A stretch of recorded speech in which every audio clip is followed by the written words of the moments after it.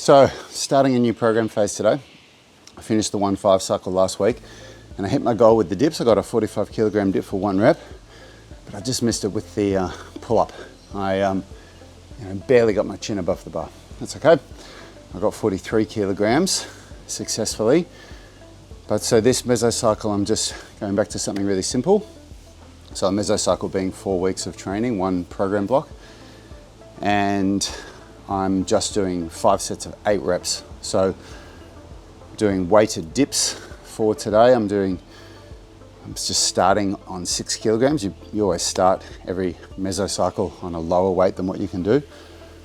But with the pronated grip pull-ups, I'm doing something different because I'm really focusing on what they call the perfect pull-up technique, where you pull with your lats and retract and depress the scapula so that your chest arches, and then you get your chest right up to the bar without any kipping or swinging or anything.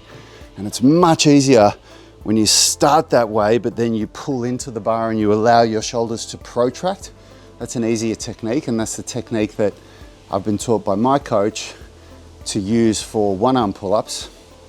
But I'm trying to work on strict raw strength of getting the chest up to the bar. And then when I do my supinated grip pull-ups on Thursdays, I'm using the technique that we use for a 1-arm pull-up. So, initiating like that, but then pulling in and allowing the shoulders to protract a little bit at the end. So it's very, very hard. It's a hard technique to do, and I haven't locked in the strength yet, so I'm not getting my chest to the bar on every rep. I can really only get my chest to the bar maybe on 1 or 2 reps on the first set. So I'm doing a few other things, which you'll see in my workout today to get there. I'm also doing chest to bar holds during the week as well to lock in that strength at the top of the range of the pull-up. And this is what training is all about for me, is identifying the weak links and then working on them to overcome them. So this is a weak link of mine, so I'm working to overcome it. All right, into my supplementary lifts now. So I'm doing isometric 1-arm pull-ups first because my big pulling goal is a 1-arm chin-up.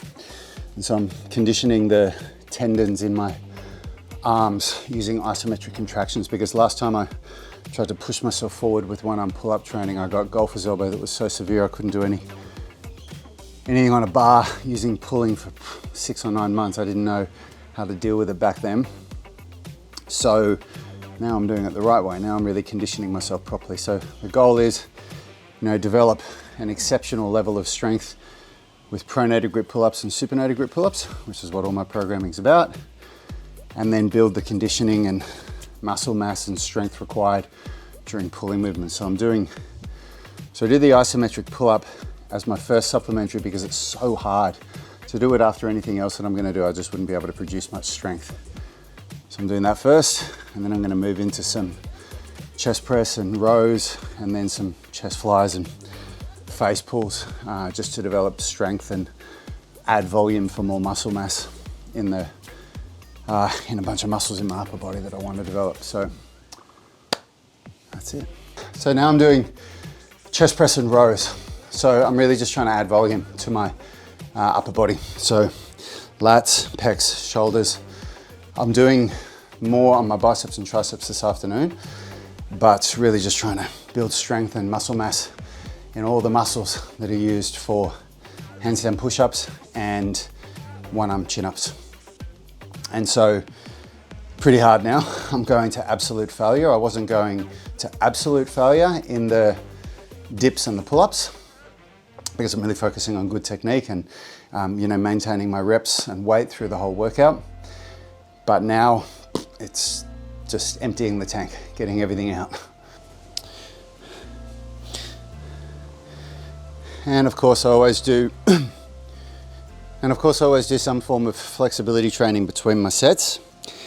So if I'm doing upper body strength training, I'm doing lower body flexibility training to maximize the use of my time. And I've already done end range contractions for the hip flexors and then loaded stretching for the hamstrings, but I didn't film any of that. That's pretty tough, so I do it at the start of the workout. And then towards the end of the workout, I do some more gentle flexibility training like this couch stretch here. which is by far the most efficient way to work out that I've found, because I just don't do much flexibility training otherwise. If I try and think of doing it at the end of my workout, that means that a 60-minute workout turns into a 90-minute workout. Or if I tell myself I'm going to do a second workout for flexibility, it just never gets done. What I observe is that most people either prioritize strength training, which means they neglect flexibility, or they prioritize flexibility training, which means they neglect strength. And both of those have their problems. Oh, and at this stage of the workout, I'm just cooked. So I'm just maxing out some volume on my chest and upper back muscles, and with chest flies and rear cable flies, and just really trying to get everything out of those muscle groups as possible to take them to, well, close to complete failure. Getting as much volume in as I can, so I maximize muscle growth, maximize strength development, and really just, leave nothing left on the table. So workout always starts with the compound lifts, like in a hybrid workout like this. Calisthenics is always first because it requires the most coordination, it requires the most strength to do correctly. Technique really matters. Then you move into compound lifts using weightlifting to add volume, and then finish off with more isolated movements. So yeah, here we go.